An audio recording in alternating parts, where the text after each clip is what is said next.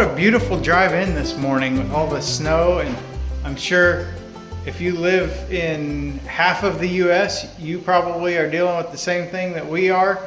But it was nice to drive up here this morning and see that there's snow on the roof. For those of you that don't know, that's a good thing. That tells me that there's enough insulation that we're not losing a bunch of heat out the roof. So that was good to see. So I'm gonna get started on mud today.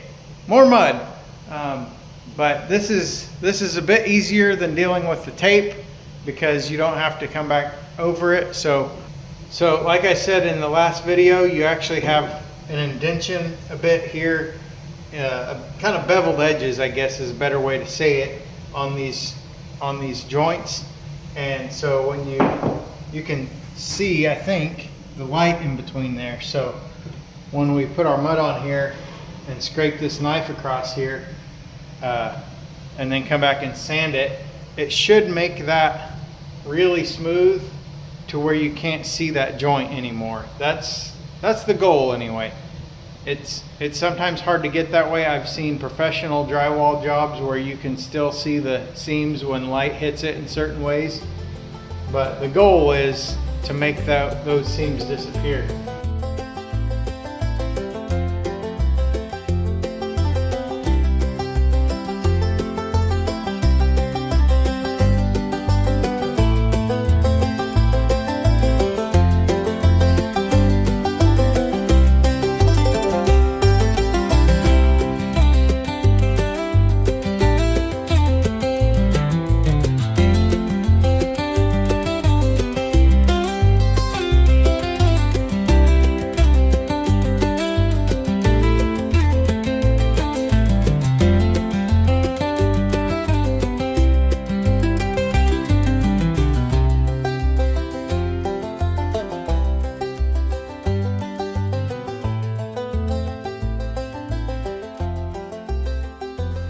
So when you're mudding over your tape, you want to make sure first that you don't have any little crumbs left on your wall just from pre-filling or taping, because those will give you some trouble. And so there's a couple of ways to do this. There's a couple of different size knives you can use. I'm using a 6-inch knife now. I have also a 10 and a 12-inch knife. The bigger ones actually I like to use on these factory beveled edges because they spread out more. Your knife, it may not show up on camera, but your knife will have from the factory a little bit of a curve in it, and if it doesn't, you can actually force it to have a curve. And what that does is it allows you, when you're smoothing your mud out, let's say I had a band of mud, well, let me just do it. So I put a band of mud right here, and I smooth it out, and I have those hard edges there. If you have that bevel, you can push down tight on one side and come down, and it feathers that edge down to nothing. And then you do the same thing on this side.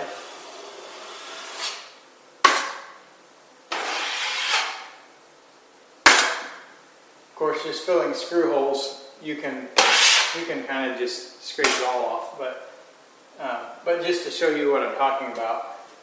And so for doing corners, you can do, if you're new to this, the easiest way to do it is to kind of take a little bit of mud on your knife and come in like this and pull it out. That's the way most beginners are going to do, and I do that sometimes actually.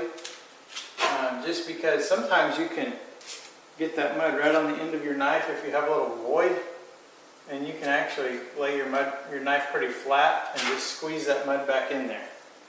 So that's one way you can do it. The other way is to get some on your knife and just come down this corner like this, and you're putting the pressure away from the corner out here.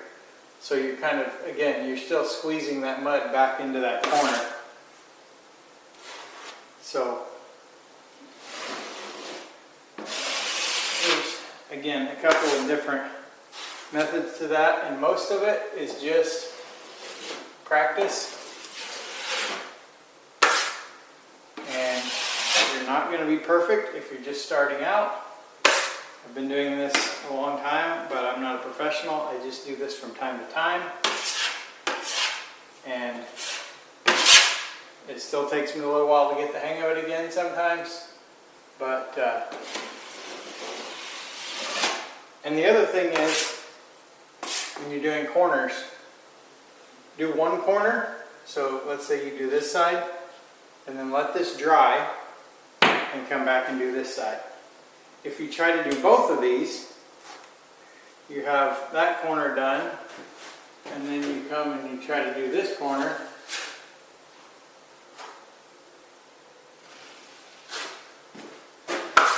And when you do that, you can see I blocked some there, and just, you can see where the knife cut into the corner.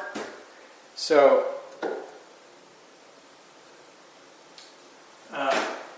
if you try to do both corners at once, you're going to have a problem. So I'm actually just going to try to scrape this back clean.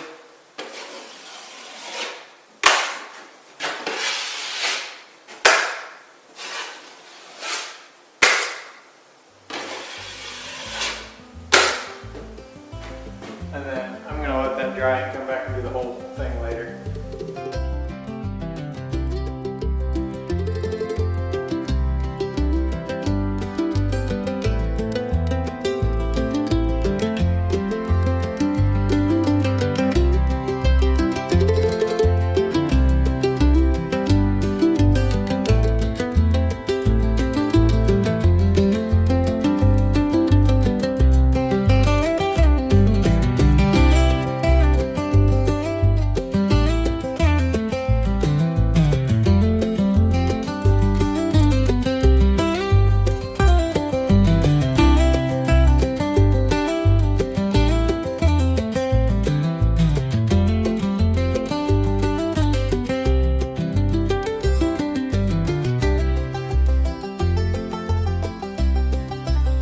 Alright, so I haven't been on here very much. I haven't filmed very much this week.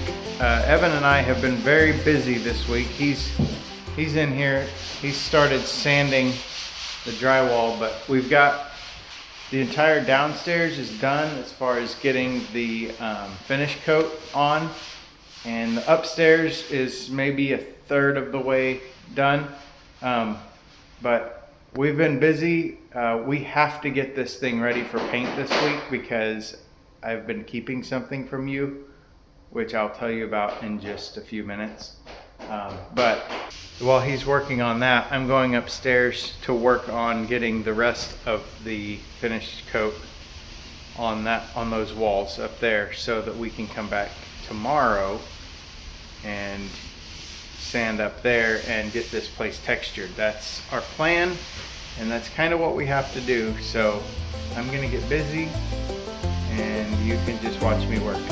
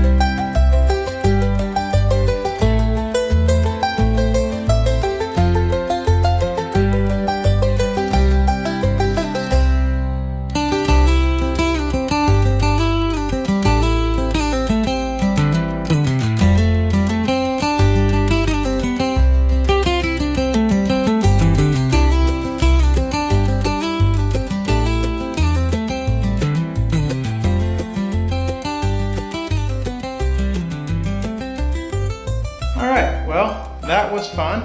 All these crazy corners and just, I don't know, it's a mess. anyway, hard to get to, but we're going to put a pretty good texture on this, so we're going to try to just knock down what we can tomorrow and get it smoothed out, be ready to texture. Evan got the downstairs, all the corners are sanded, and so I'll have to hit all the flats tomorrow, but I have a power sander that I can do that with, so not a big deal. We'll get that sanded. And Philip was actually here today, and he may not be able to see in that window, but he went around and masked off all the windows and doors for me, so when I come in tomorrow I can just do a quick sanding and then start mixing up mud and texturing. So that's going to be very helpful, and we'll be able to get this done. So there will not be video of texture in this video because I don't have time to get it done. I'm actually going to be working on the weekend to try to get the texture done because I am going to be taking a break from the house. Yeah, it's going to be a little bit before I get back to it because my family is taking a trip to Africa. If you've been watching my videos, you may have noticed this bracelet that I wear.